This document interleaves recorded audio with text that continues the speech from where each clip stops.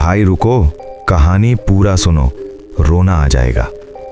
रात के ठीक 12 बजे थे और अगर तुम ये कहानी सुन रहे हो तो एक बात याद रखना, कुछ कहानियां सुनी नहीं जाती, वो तुम्हारे पीछे खड़ी होकर खुद को सुनवाती हैं। ये बात है सोनपुर गांव की, लेकिन सच कहूं तो ऐसा गांव हर जिले में मिलेगा, बस नाम अलग होगा।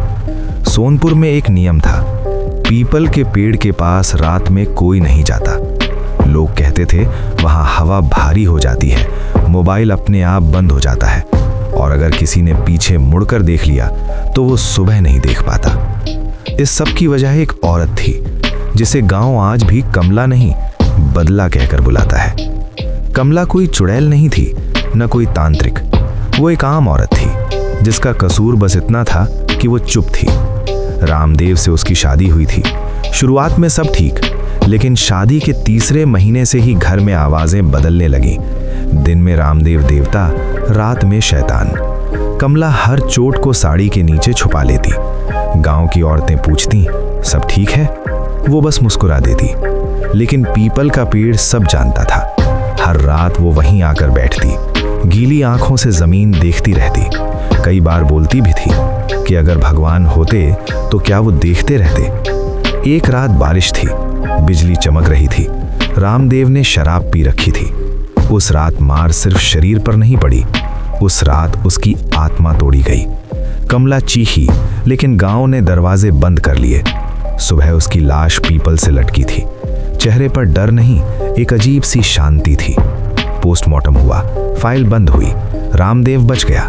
गांव ने कहा कि किस्मत थी, लेकिन किस्मत को किसी ने बताया नहीं कि बदला अधूरा है। 10वीं रात रामदेव के घर से चीख सुनाई दी। उसने देखा कमरे में गीले पैरों के निशान जो छत तक जाते थे। आईना अपने आप धुंधला हो गया और उसमें कमला थी, लेकिन ये कमला वैसी नहीं थी। उसकी गर्दन टेढ़ी थी, आंखें खाली थीं और आवाज जैसे कई गले एक साथ बोल रहे हों कि तू मुझे मरा समझता है, मैं तो जागी हूं। उस रात रामदेव बच गया, लेकिन हर रात वो आवाज आती रही। धीरे धीरे गांव में और चीजें होने लगी।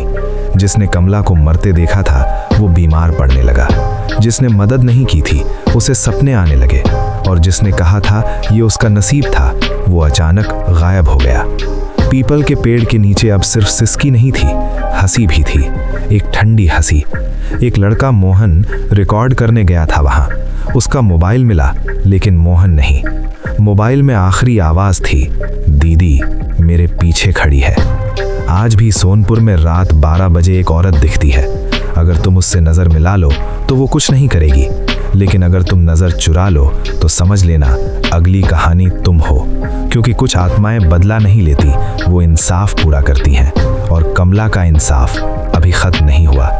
पूरा कहानी सुनने के लिए पार्ट 2 का इंतजार करिए, जल्द आ रहा है। अगर चैनल पर नए हो तो सब्सक्राइब करें ताकि हर वीडियो आप तक पहुंचे।